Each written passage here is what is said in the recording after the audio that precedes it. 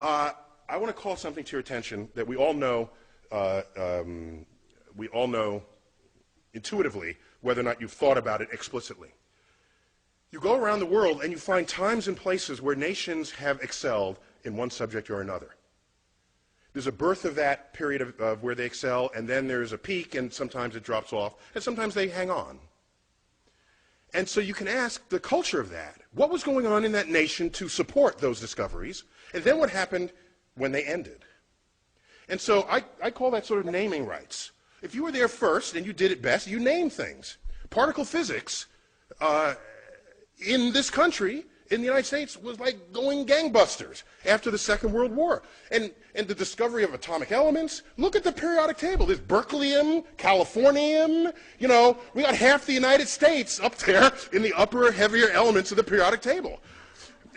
Am I right there, Sir Weinberg? Okay, I don't want to. That's not because the world liked California or Berkeley. It's because the work was done here. It's because there was an effort to excel in just those subjects. And it shows up in other ways. Well, I'll give you just briefly. You know, part of the naming rights is that you don't have to name it.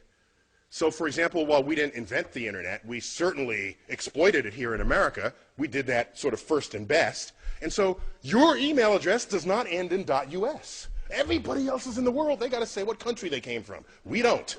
Okay? It's simple, but it's the consequence of being there first and doing it better than anyone had done it before. Do you know that the British postage stamp is the only postage stamp in the world that does not identify the country of origin? Because they invented postage stamps. So why should they have to say what country it is? It's their invention. Okay? Check them out. It's just the facts of this. The constellations of the night sky, it's the Greek and Roman, and it's lasted to this time because they did a really good job thinking that stuff up. All the mythologies of the heavens, that really stuck with us. All right, so I'm going to make a larger point, not to get gratuitous on you here, but September 11, 2001, as we all know, this was going on in New York City. This is the view outside of my window. I live 4 blocks from ground zero. Excuse me, this is the corner of the building in which I live. I went outside to get this view. I was at the time judging whether I should go collect my daughter, who was in an elementary school 2 blocks north of the North Tower. North is to the right in this picture. So I want to get a closer view with a highly magnified zoom lens to see what, while that was happening, the plane flew into the South Tower. And so no one was thinking terrorism until the second one was hit. The first one was just sort of a bad tragedy. And so these are just 3 frames from my camcorder. This is at t equals 0. This is 1 second, well, like actually a fraction of a second. The plane was moving probably 500 miles an hour. And just to understand, the black building, that black sort of monolithic building, that is 50 stories tall. This is New York City, people. So tall buildings are kind of, they're just all over the place. And that's just a hotel, a 50-story hotel.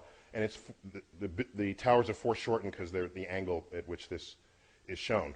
I put these up because a few days after this, President Bush, I don't remember where he said this, on the steps of the White House, in the Rose Garden or at the Capitol, in an attempt to distinguish we from they, the terrorists who flew these planes into the buildings and into the, that went down in Pennsylvania and in Washington, to distinguish we from they, he loosely quotes a phrase out of the Bible by saying, our God is the God who named the stars.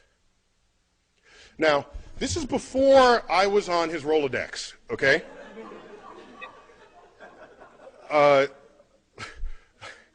Because I could have helped him out there.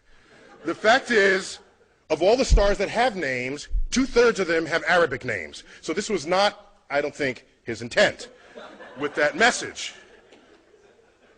Okay? While the constellations are Greek and Roman, the names are Arabic, all right? And the list just goes on and on and on and on. And so where does this come from? How does this happen? How do you get stars named with Arabic names? How does this happen? And it happens because, of course, because Just catching up with myself here. Okay? It happens because there was this particularly fertile period that Professor Weinberg duly discussed. And around that period, that 300-year period, the intellectual center of the world was Baghdad.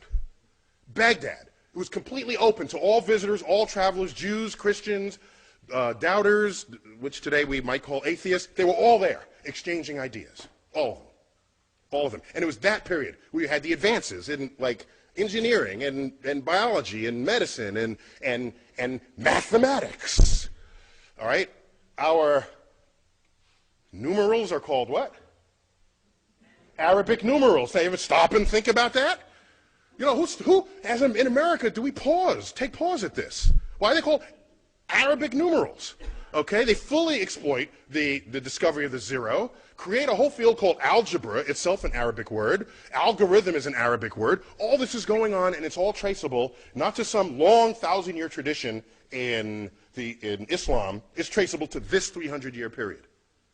This 300-year period. And then, so they had naming rights. The most expensive, beautifully carved astrolabes come out of this period. There's a great collection of these at the Adler Planetarium in Chicago, if you ever want to check them out. So navigation, celestial navigation, all of this is traceable to this period. And so something happened. And what happened, as was previously described, I was told, and forgive me for repeating from what you might have heard, 12th century kicks in, and then you get the influence of this scholar, Al-Ghazali. All right? And so out of his work, you get the philosophy that mathematics is the work of the devil. And nothing good can come of that philosophy. That, combined with other sort of codification, philosophical codifications of what Islam was and would become, the entire intellectual foundation of that enterprise collapsed, and it has not recovered since. Over that period, all these books were translated into Arabic on a scale not seen since then. And so why am I even going here? Because I'm trying to explain to you that you fast forward, the dangers here is that you fast forward to 21st century America and ask, what influences are we feeling now? Because that naming period in Islam stopped and it never recovered. Because the way of thinking about the natural world, revelation replaced investigation. Okay? So I fast forward to 21st century, and what do you find? You get things like this. Okay? This is in America. All right? So now, what I find interesting is it's a level of passion that it requires to actually do it. You got to, like, pay for this. Because of okay? A sensitivity to the money aspect of it. But we all know tomorrow's economies will be founded on innovations in science and technology, and of course that gets cut short if we lose our civilization, as what happened in Islam in 1100. And the last thought I'll leave you with, which concerns me greatly, if you do the math, okay? You know, just look. You look at all the Nobel Prize winners there ever were, some even in this room, and ask how many were Muslim. And it's like one, maybe two. Okay, I think a second one was in economics. And the one we referred to was described earlier, the co-winner of the Nobel Prize with Professor Weinberg, Abdus Salam. And he's not Middle Eastern Muslim, he's Pakistani Muslim. Okay? Now, how many Nobel Prizes are won by Jews? It's like a fourth of the Nobel Prizes. Okay? Some high fraction of the total. And then you look, how many Muslims are there in the world? It's like 1 billion Muslims. How many Jews? 15 million tops. Okay? So you could ratio these numbers. Had Islam not collapsed in its intellectual standing in the year 1100, and you just do the ratios, they would have every single Nobel Prize today. So the fact that it's not only just a few, it's near zero, is deeply worrying. I'm concerned about what's lost, what brilliance may have expressed itself and did not in that community over the past 1,000 years. And so What I want to put on the table is why, so that's the end of my talk, but I want to put on the table not why 85% of the National Academy rejects God. I want to know why 15% don't. And that's really what we got to address here. Otherwise, the public is secondary to this. Thank you for your attention here.